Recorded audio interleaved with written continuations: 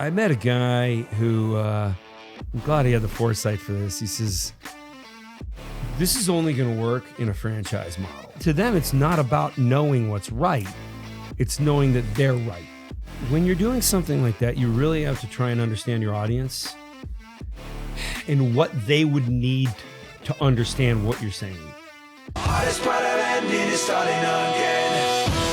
You're listening to the Radcast. If it's radical, we cover it. Here's your host, Ryan Alford. Hey guys, what's up? Welcome to the latest edition of the Radcast. We're getting radically fit today, folks. Radical fit. I was like, I can't believe it. Dr. John Jaquish, what's up, brother? Hey, thanks for having me. Hey, man, I can't believe it. I was like reading, I listened to Dropping Bombs. Bradley and I are buddies. I know you were on there, and I was like, I got to talk to this guy. I was like, I want our audience to hear this because I know you've been out there, but I was excited to get you on and really appreciate you coming in studio. Well, it's going to be a better show because you're going to ask better questions than Brad did. Are you busting on Brad? Oh yeah, I can give Brad a bit of a hard time, but Brad loves giving everybody else a hard time. Exactly. He can dish it, but I'm the right kind of person. Yeah, he likes to dish it. I'm not sure he likes to take it. Probably not. But doctor, best-selling author. We're going to talk about weightlifting as a waste of time. That's an attention getter in and of itself. That's the title of my book. And the X3 bar. Doctor, let's just start with you, man. Let's start with your background. Let's give everybody a taste for everything that you've been doing, you've been up to, and we'll start there, and then we'll dig into some of your journey and all those things. Sure. Got started in life sciences. I had an MBA at the time, just finished undergrad, went to my master's, was doing marketing and sales for a software company. And I had always wanted to go to school for medicine, but my father wouldn't pay for that. So it's like, all right, what will you pay for? So no med school for you. Well, and he told me later on, you were going to do the medical thing anyway, because he knows me. He knows when I read a book and I'm interested in it, I remember every word. I can tell you what's on, page 65. So he kind of just knew that was going to happen. And so what ended up happening was as I was working, my mother was diagnosed with osteoporosis. And for those of you that don't know, it's increasing the porosity of bone or the porousness. It's literally what that means. So the bone becomes more brittle and is more likely to fracture. And a fracture in the hip joint after the age of 50 holds a 50% chance of death within 1 year. So it's a big deal. And actually osteoporotic fractures, they're right in line. About the same amount of people are killed by breast cancer every year than by osteoporotic fractures. But wow, you don't hear about it as much. So. No, you don't. Well, it's because breast cancer is what does you in as opposed to the complications. So it's a little less traumatic. It's like, oh yeah, my mother slipped and fell. She broke her hip. She was in the hospital. She got fluid in her lungs, got pneumonia, couldn't move around, couldn't heal from the pneumonia, and it eventually got her. And so that was like the kind of story that you'd hear all the time about osteoporosis. And my mother was terrified, and also she was very active back then. And well, she still is now. So I just felt sorry for her. I felt like she wasn't going to be able to live her life anymore. And so I told her, let me read up on this. Let me understand more about bone health. And the approach I took was very different. I looked at how humans build bone density in the first place. So the way we build bone density is through high impact activity. The little kids, you ever in a house with little kids and they run around, they sound like elephants, but they only weigh like 50 pounds. They're pounding their heels on the ground, which gives them impact all the way through the spine. And that high impact, that abrupt force through the bone mass will trigger bone growth. Now, the minimum dose response for the hip joint is beyond 4.2 multiples of body weight as an adult. So people aren't getting that in the gym. which is why so many people have a bone density challenge later in life, even when they work out or go running or whatever.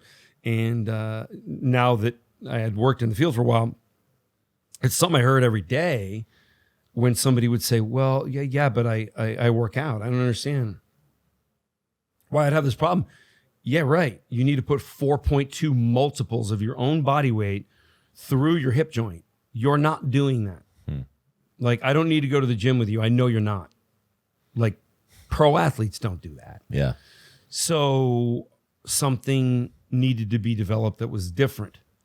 And so what I did was developed a series of impact emulation devices. So gives you the benefit of high impact, places you in the position where you'd normally absorb the highest forces. So like in the upper body, back of the hand in line with the clavicle, 120-degree angle, upper to lower arm. That's how I would either absorb or produce the greatest amount of force. So taking that research and how to position the body like that, I did, and developed a bunch of prototypes. And now OsteoStrong is hugely successful. We're in 10 different countries, 150 locations. Wow. Yeah. And Tony Robbins got involved, right? That's right. Tony Robbins is a partner of the business. How did that come to fruition? Probably the way, like, the best connections I've made in life. Yeah. I just did the right things to make these people come at me. Because most of the people where you want to get their attention, they've got hundreds of thousands of people trying to get their attention, and you're probably not going to get it unless they notice you first. Yeah. And like, I've had strategies of trying to get in front of certain people because I want to show them very like influential physicians, Right. professors, like they're being courted by pharma companies and stuff. It's just like, you got to do whatever it is where you just happen to be in front of them all the time. Yeah. So one day I just get a call at my office and my assistant hands me the phone and some guy wants to buy the devices. I'm like, okay, take the call. And the guy said his name was Tony, just Tony. Just that was it. But the voice sounded really familiar because he has a distinct voice. But I didn't put it together who he was. And, Right. and he's like, yeah, I want one of your whole setups. I want all of them. And I'm like, well, Tony, because I didn't know who he was, like cost me like $300,000 to put these prototypes together. That's all I have. It's prototypes. These aren't in production. He goes, I'll pay $300,000 for that. And I'm like, Who is this? yeah, what's your last name? And he laughs and he goes, this is Tony Robbins. And I was like, okay. All right, now it's making sense. And I'm like, well, Tony, you going to help me get this all over the world? If I get you one of these things at cost? He goes, yeah, absolutely. All right. So screwed one together, went down to, at the time, he had a place in kind of near Palm Desert. Yeah. In fact, it was in Palm Desert. Yeah, Okay. Palm Desert. I hit a great house on a golf course. It was amazing. And I installed it at his house and showed him how to use it, and we hung out for hours. It was great. That's awesome. Yeah. And Yeah, that's how not it every started. day does the phone ring and it's Tony Robbins on the other line. But I think if you're doing the right things, Yeah. you end up attracting. That's right. The law of attraction, manifestation. Yeah. Yeah. I mean, there's a lot of distortions of that. I think people like, write the word Lamborghini on the back of their Well, hand, yeah. and they're like, all right, one of them's just going to show up at any moment. Yeah, no, you got to work. You got to work for it. Yeah. That's interesting though. So how is it distributed now? Like how's it working? How does someone that wants to use it or, So I met a guy who, I'm glad he had the foresight for this. He says, this is only going to work in a franchise model. Yeah. And so Tony was already sort of involved talking to me, but this guy showed up and he goes, I want to make it into a franchise and I want to get it all over the world. And that's the fastest way to grow. And that's the only way to grow this, because as soon as people find out about it, they're going to want to do it. You don't want people to find out about it and then a center shows up in their town 10 years later. Like, they have long forgotten about it. Yeah.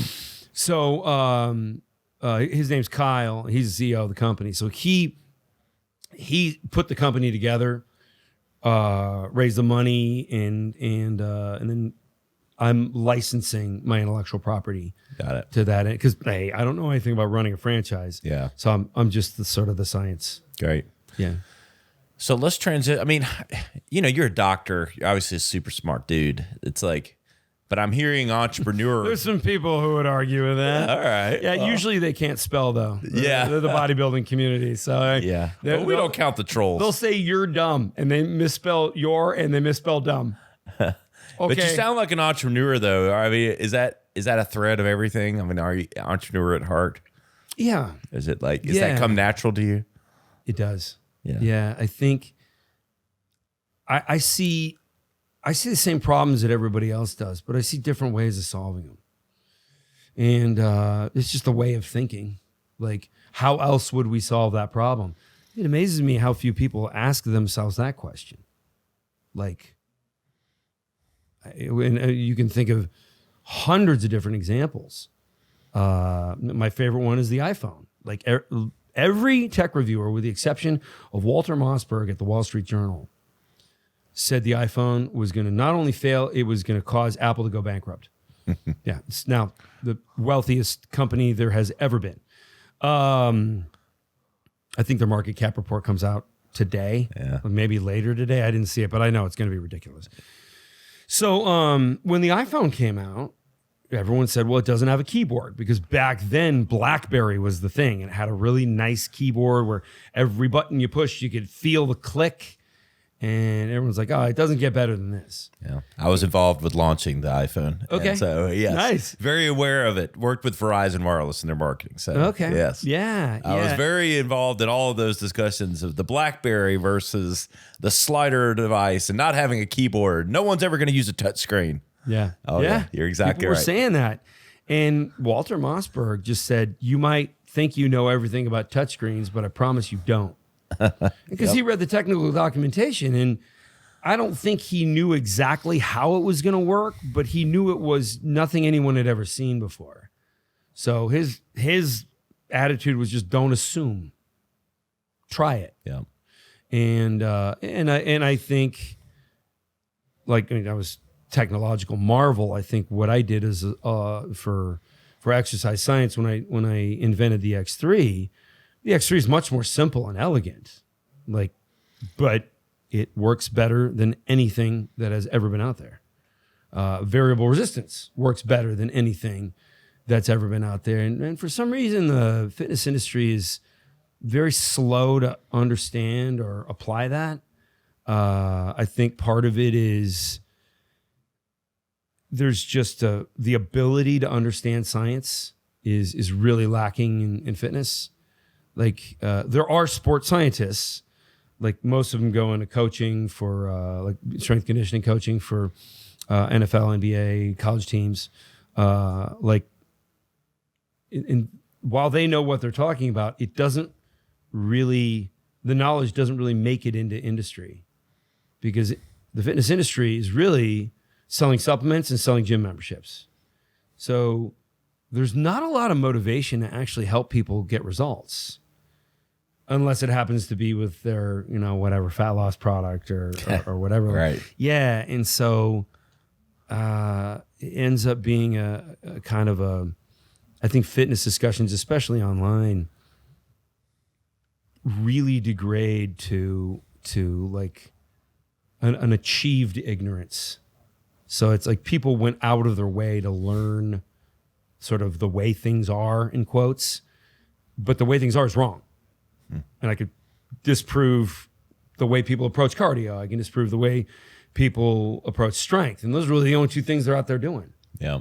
So, yeah, and the full title of my book is Weightlifting is a Waste of Time, and so is cardio. There's a better way to have the body you want. Yeah.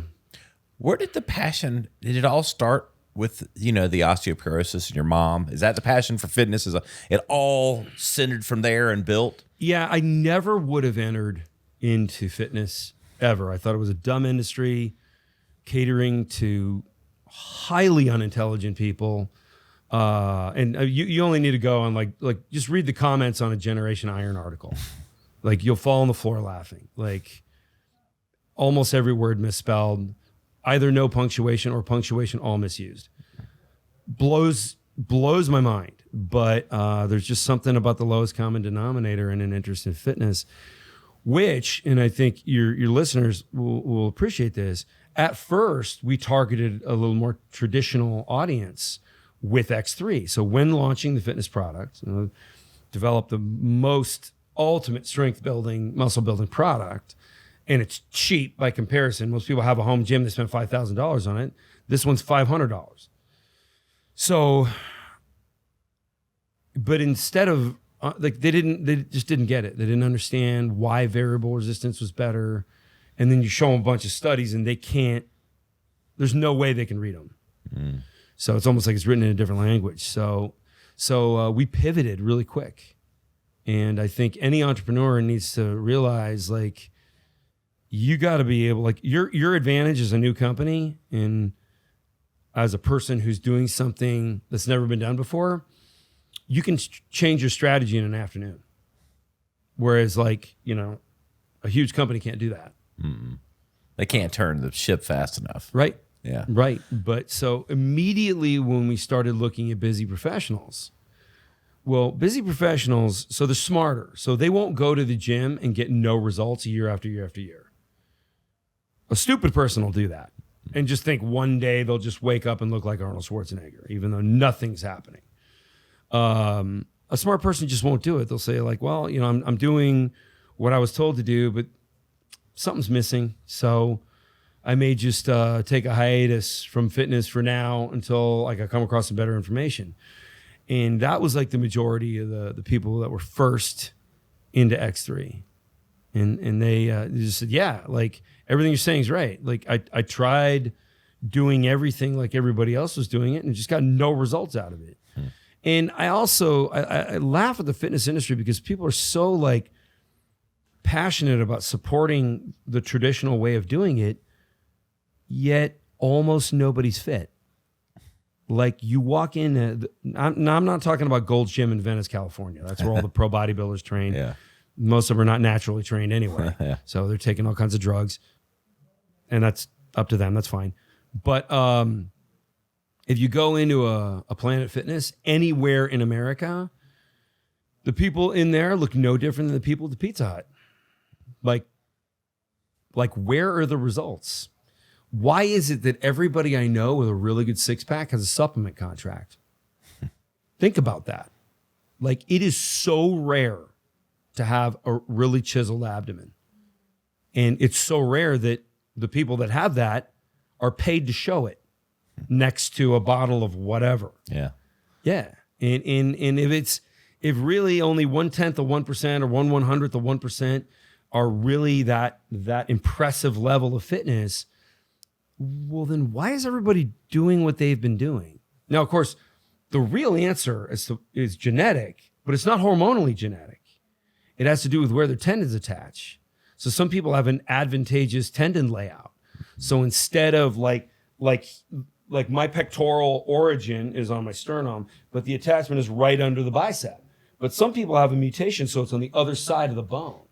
They have a longer lever. And that lever is elastic in itself. So, like, I think it's so funny. But you see, what you're describing is the problem, though, is, let's be honest here. If it's the average is what, 5th grade reading level? Yeah. Like, you're too smart and too intelligent for your own good when trying to market and sell a product, because, like, it's just easier to say 5-minute abs. Right. Or simplistic messages, they do get a lot more attention, but they're not working. No. Yeah. But that's just what people want to hear, I know. Yeah. It's crazy. And it is funny what people want to hear. And I used the term a minute ago, achieved ignorance. Yes. I came up with that. And I'm gonna try and drill that in everyone's head. I like that term. And either side of politics, there are people who, like, you'll see their position on things and it's like, wow, you went way out of your way to be misinformed. Yes. Like, you tried hard to only read the things that reinforce your existing opinion, and you absolutely ignore the rest of it. So it's achieved. Like, you worked hard at being this stupid. And most people are like that. And whether it's weightlifting or politics, I see people on political issues like just not even understanding the words they're using, but they don't care. Because it's not, to them, it's not about knowing what's right. It's knowing that they're right. Right. I love it. So what made you develop the X3? Like, what was the science? I've read as much as I could read. I was going through your website, reading all the reviews, all the science behind it. But like, where did the prototype for the X3 come from? Like, what was the origination of that? Oh, that's a good story. The physicians in the clinical trial in London were like, we're putting like incredible amounts of force to the body. This is with the bone density device. And they're like, what do people use when they go to a gym? Like, what kind of weight? Like, this seems like the forces are so high because these postmenopausal women, that's the subject of the study, were postmenopausal women. They were putting 6, 7, 8, 9 times their body weight through their lower extremities. Remember, the minimum dose response is 4.2. Yeah. So they're going way beyond that. And so I said, okay, I'll find out what people normally put through the body. Now, of course, when it's weightlifting data, it's full range training data. So weak range and impact range. So like in a push-up or chest press, the weak part's all the way back here. So it turns out that most people who are beginning can lift 1.3 times their body weight. And the advanced lifters, meaning like the top 10%, are 1.53 times their body weight. So not a lot of strength gain there. But that's the way. Now, of course, somebody will be like, "Oh, I leg press like 1,000 pounds." Yeah, a leg press is like a parlor trick. Because most of the weight's going into the ground because you're pushing it at a 45-degree angle. Yeah. Like, I can push. It's called leverage. Right. I can push a car. Yeah. The car weighs 4,000 pounds. Does that mean I can bench press 4,000 pounds? No. So, yeah, I mean, like true raw weight, either on your shoulders or on, like in a front squat format, like on your clavicle. 1.53 is the highest levels of loading that the top 10% of people see. Now, I was blown away. Like, okay, so the human body is capable of so much more. Right. And we're just not tapping that potential. So when you're in the stronger range of motion, you're capable, and I did this by comparing the different data sets, you're 7 times more powerful in the impact ready range of motion than you are in the weaker range of motion. But when we lift, we only pick the weight based on the weaker range of motion. So in the weaker range of motion is the only place you're stimulating muscle, which, by the way, you have the least amount of muscle firing, and you're getting the most cumulative joint damage. So, and you know who Peter Attia is? Dr. Attia? Heard of that name. Yeah. I don't know where, but I have. A smart guy. He's got a podcast called The Drive. Maybe that was it. Yeah. It's mostly medical. Okay. Stuff. Yeah, and he talks about he says my problem with weightlifting is that you overload joints and underload muscle. And it was great. Somebody sent that to me, and he probably said it like the same time, like right then when I was working on this. And I'm like, wow, like that guy identified the problem perfectly. That is the problem with weight training. Like, it just doesn't place force where it should, but it places a lot of force where it shouldn't. And so what if we had a weight that we could change as we move? Now, we've had band training for a long time, but the problem is most bands that people have seen are just weak. 5 pounds. That might be great for like rehabbing your shoulder, but it's not great for anything else. Or the bands can get more powerful, and I ended up making my own bands because there wasn't anything powerful enough. And what we saw was that if you tried to use this banding just by itself, you could really hurt yourself. So like if you stand on a heavy band and try and do like a deadlift with it, well, your ankles are getting lateral force. It only takes 7 pounds of lateral force to break an ankle. But when I deadlift with the X3, I deadlift over 600 pounds. Wow. So I do not want that force going into the ankle joint in any sort of lateral way. So we needed interfaces. We needed a new ground to stand on, which allowed the banding to run underneath, unencumbered. And we needed an Olympic bar so the wrist could rotate, but you could always stay neutral. My Olympic bar is actually a pretty smart invention. Yep. Because of the rotation. Yep. So a bar that could handle that rotation and hang on to hundreds and hundreds of pounds of banding, and then the plate. And so then after developing that, at first I thought about just writing a book about, band training. And then it's just like, but the problem is a band by itself is worthless. And we've known this because a lot of people have made the observation that you have a strong range and a weak range, and while banding could really help, but then they start doing like a curl with bands, and then they're like, oh, my wrists hurt so bad. Right, because your wrists are being twisted outward the whole time you're doing it, so you can't really get a workout there.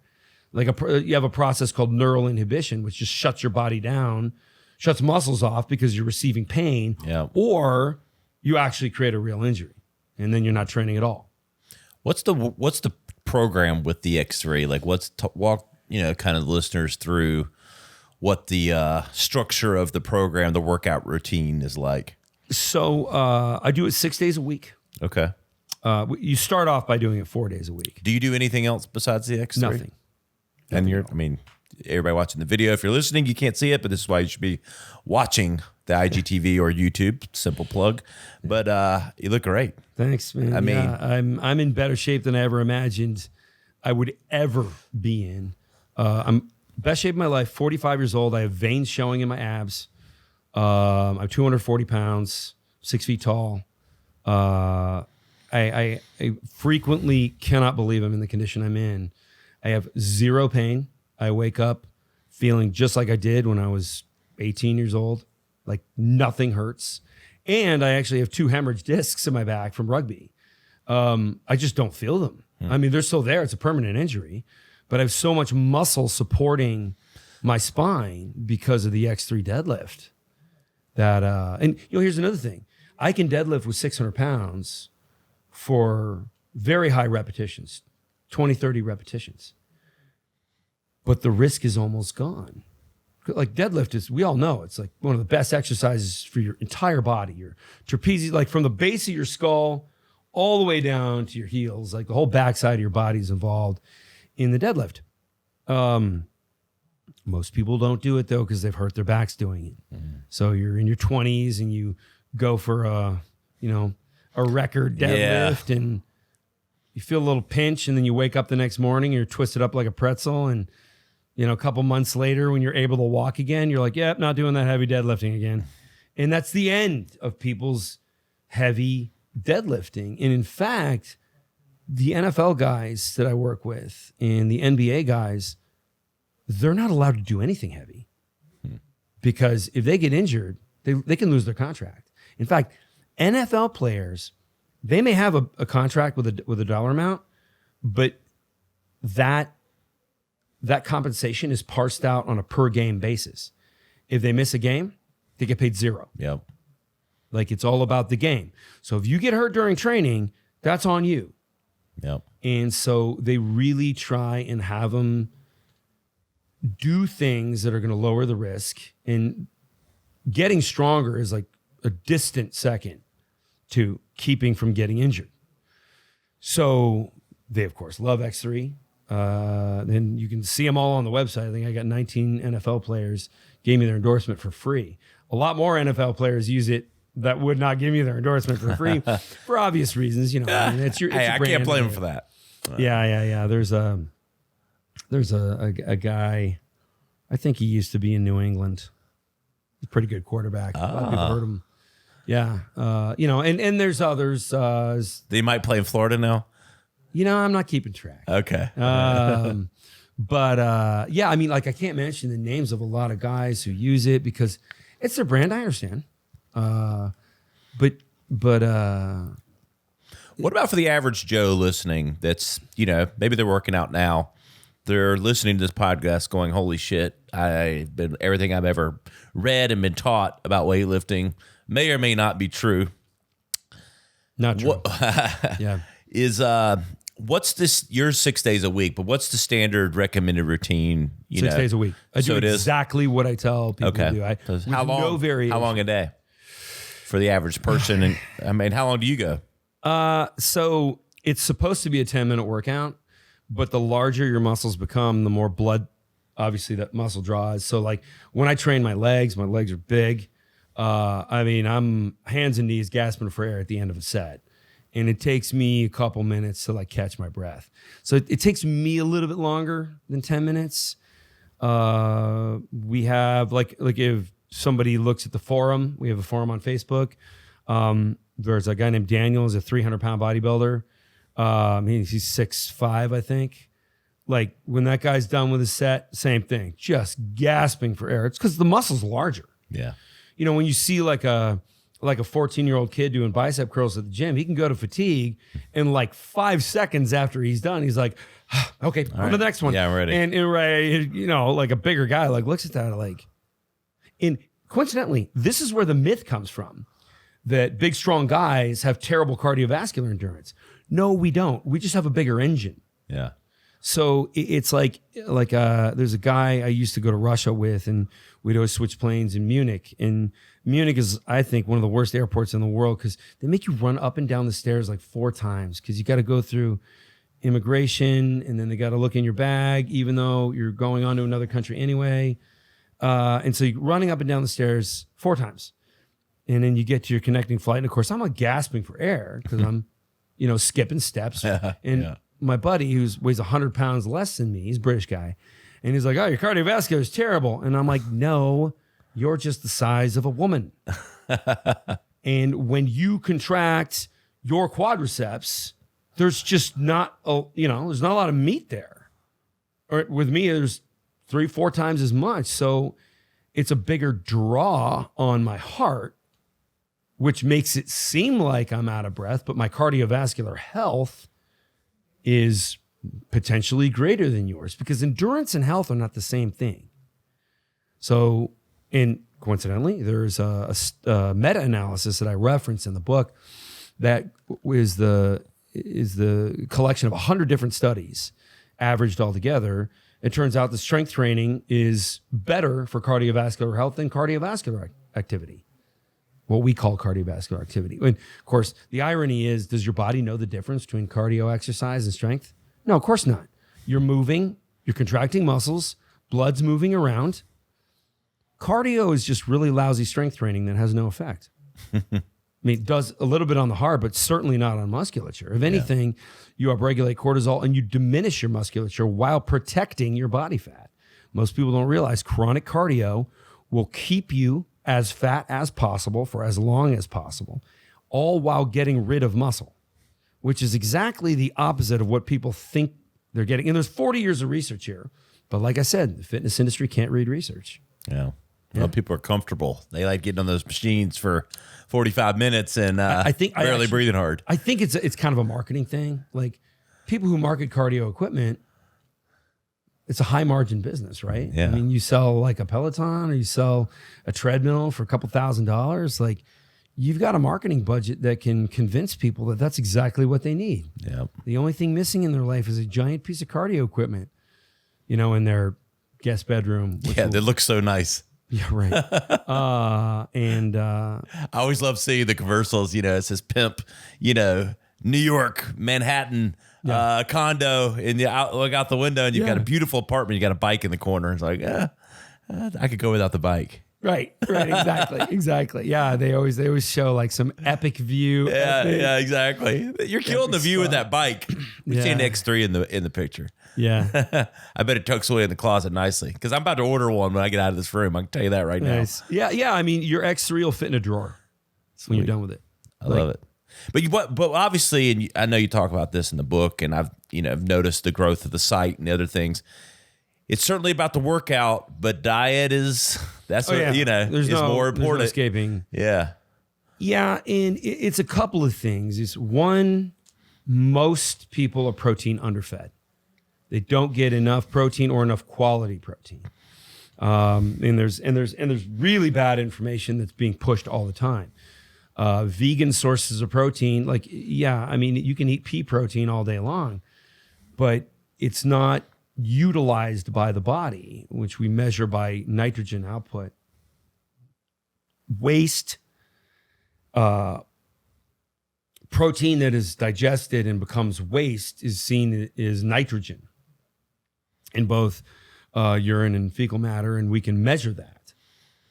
So when you have like vegetable sourced protein, less than 9% of it actually goes into building your tissue. The other 91%, or potentially more than that, just goes through in form of waste. So now part of the problem that humans have, like in comparison to some primates, is our intestines are like 1/3 the length. So like animals can draw more nutrients out of certain things, but we just can't. Our intestines are not long enough. So we're genetically better at consuming more nutrient dense foods. And really the thing that matters is the essential amino acids. So not necessarily protein per se, because, like steak is 38% available. Eggs are 48% available for utilization by the body. So not anything's 100 other than bacterial fermentation. And you asked about the product that came out with Fortigen. Yeah, that's bacterial fermentation. It's basically 100% utilized by the body. And so like, I'll do 4 doses of that. So which would equal 200 grams of protein. And then I only eat 1 meal a day. So that keeps all the me time. Right now, all the time, until I get to a percentage body fat that is uncomfortable. So I want to take it to where I feel like it's difficult to manage, or I'm just not happy there, like it's uncomfortable. So right now, my latest experiment, which is after the book came out about a year ago. So I'm doing dry fasting 20 hours a day. So no food, no water for 20 hours. Then I hydrate, do my workout, and have a sizable meal. And then after about 4 hours, I stop all fluids and then repeat the process. Dry fasting, by the way, I know that's going to be your next question. Yep. Why would you dry fast? Yes. Why dry fast? So your body can only become so dehydrated. Also, a lot of what you're told about dehydration and hydration are kind of silly, like the idea that we need 8 glasses of water a day. Yeah, that was never in any study ever. In fact, there's a study in 1945 that shows that if you just eat regular food, there's enough moisture in the food that you don't need to drink any liquids at all. So that's the science. So I love when you turn on the news and you're like, oh, we're going by the science here. And then they do something that's completely. So there's no benefit of the filtration that water, I've read that. It seems like that's the one thing that stood the test of time is people saying, if you want to lose weight, drink a lot of water. If you want to, I mean, so it's not like water's keeping you from losing weight. Right. However. Yeah. Maybe it's that, that waffle you had this morning with lots of syrup. Right. So when you get a little bit dehydrated, your body has another source of water it can tap into. It's called metabolic water. Right. It's the water that's in fat cells. So as the body starts drawing water out of the fat cells can destroy themselves, which is a more permanent type of weight loss than caloric restriction or even intermittent fasting.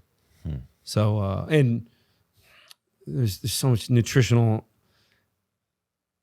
argument going on right now, like between intermittent fasting and caloric restriction. I do both. Like both of them have merit. I don't know why you wouldn't do both. But fasting does have some unique benefits. So intermittent fasting for you is how many days without food? Oh, I've gone 5 days with no food, but I was well hydrated during that period. Now, you don't want to dry fast for more than 20 hours. Yeah. And not because something bad happens after 20 hours that we know of. We don't. But that's pretty much the longest Ramadan fast that's been done. And that's so you can't, based on like human ethics boards at universities, tell people they can't eat or drink. But if someone's doing it for religious reasons, like with Ramadan, we can study that. And, more than 1 billion people do it every year and have done so for hundreds and hundreds of years, and nobody's ever been hurt. Most of the intermittent fasting, I think that I've done it a few times myself. It's like 16 hours. Like you can eat from, Just skip 11 breakfast. to 7. Yeah. But then from 7 p.m. to 11, you don't eat. Does that mean something like that? Yeah. So that would be more like a 20 hour fast period. And I'm doing the same thing, dry fasted. Okay. So now a dry fasting gives you results 2 or 3 times quicker with fat loss. And it also accelerates autophagy, so cellular regeneration. In fact, like I used to have a couple of scars. Like I had my fraternity letters branded into my arm, and it was super thick. You could see it, even years and years after being in the fraternity house. But as soon as I started intermittent fasting and going into autophagy, like the scar started eating itself from the inside. It's almost gone now. In fact, there are people who look at it and they're like, did you have your fraternity brand removed? And no, it's just eating itself from the inside. So that's crazy. Let me ask you a different question. So I talk with people that are successful all the time, like yourself, and steering you a little bit away from the fitness and the chemistry of all of this. Talk about, what are your variables for success? What's made you successful? I always like to ask entrepreneurs that I bring on the show, if you've thought long enough, or if you boil it down to like certain characteristics. So the hardest thing to do as an entrepreneur is to launch something no one's ever seen before, new concept. And I've done that twice. So the bone density device was like, nobody had ever seen anything like that before. And I had to argue with physicians all over the world. Like I spent like 7 years flying everywhere, talking about it. I just like, I would not even know what country I was in sometimes. I'd just be like, wake up at some conference center or be at some conference center. And I'm like, where am I? Like what country am I in? Okay. Yeah. And so that, like, when you're doing something like that, you really have to try and understand your audience and what they would need to understand what you're saying. So, like, as soon as I realized physicians, they don't care about how shiny your brochure is or how good your website is at all. In fact, if you just give them like data, you just send them a spreadsheet and say, this is what we got out of the study. Here's the data. Like some of the publications were just worded in an academic manner and published. And as long as it went through peer review and it had the statistical significance they were looking for, that was it. And like it's honestly a really refreshing group of people to deal with because all they need is the evidence. Right. But when it comes to the consumer, and also now we live in a time where I think science is highly misrepresented, especially in this pandemic. So, it's like they say 3 or 4 things and they say, well, we're doing this by the science. And if you're aware of the science, like, okay, every single thing you're doing is against what the science would tell you to do. So it's just like something they say. So it's kind of lost its what it should mean. Yeah. Just science in general. Yep. But it's okay because it forced me, because like I said, you got to learn how to communicate. And each group that you're marketing to is they might just communicate in a different way. So I really started summarizing the science, but I'm also careful not to oversimplify. Oversimplification is just another word for wrong. Right. So really worked hard at trying to get some of these things explained in a way where at least a portion of the population would get it. Because at some point, your market is never everybody. Yeah. It's the group of people who's most likely to understand, because when they get it, other people will just look at them and go, oh, okay, so that works. Like, I don't understand any of that science crap, but okay. Yep. I love it. What's, as we wrap up here, tell me where everybody can kind of keep up with all things Dr. Jaquish. Okay. And, find the X3. Sure. And where I'm going to be ordering Fortigen later. Sure. I'm kind of tired of whey protein anyway. I was like, that's only 18% usable by the way. I know. I'm like, damn, I'm wasting a lot of stuff. It's so funny. Like, so many people think the key to their success is their whey protein. And a lot of times I just don't want to say it, like they'll come on the forum and they're like, I got X3 and I have 6 months of whey protein I've been saving for like the start of this. And I'm like, ugh, all right. I'll let somebody else break them the bad news. Yeah. So I created a landing page. My last name is kind of difficult for some people to spell. So my webpage is just drj.com, DOCTOR, the letter J.com. Hey, I remember that, Dr. J. That's right. That's right. Well, Julius Irving's fishing right now, so he doesn't need it. He doesn't need it. No. So I probably do the most on Instagram. If you're going to follow me on one social media venue, that'd be it. That's cool, man. Yeah, and you can find everything. X3bar.com still. Yeah, x3bar.com. But if you go to drj.com, there's a link. So it'll say superior exercise and superior nutrition. Superior nutrition takes you to Fortigen. Superior exercise takes you to the X3 Bar website. Cool, brother. Yeah. Man, I really appreciate you coming on. Thanks for having me. Hey, it's great. I like the Radcast is all about breaking trends, I want people to get out there and get off the damn exercise equipment and do something that really works. That's right. I love it, brother. Hey, guys, you know where to find us. We're at theradcast.com. Search for all the content today. Search for X3 Bar. You'll find everything about Dr. Jaquish. We'll see you next time on the Radcast.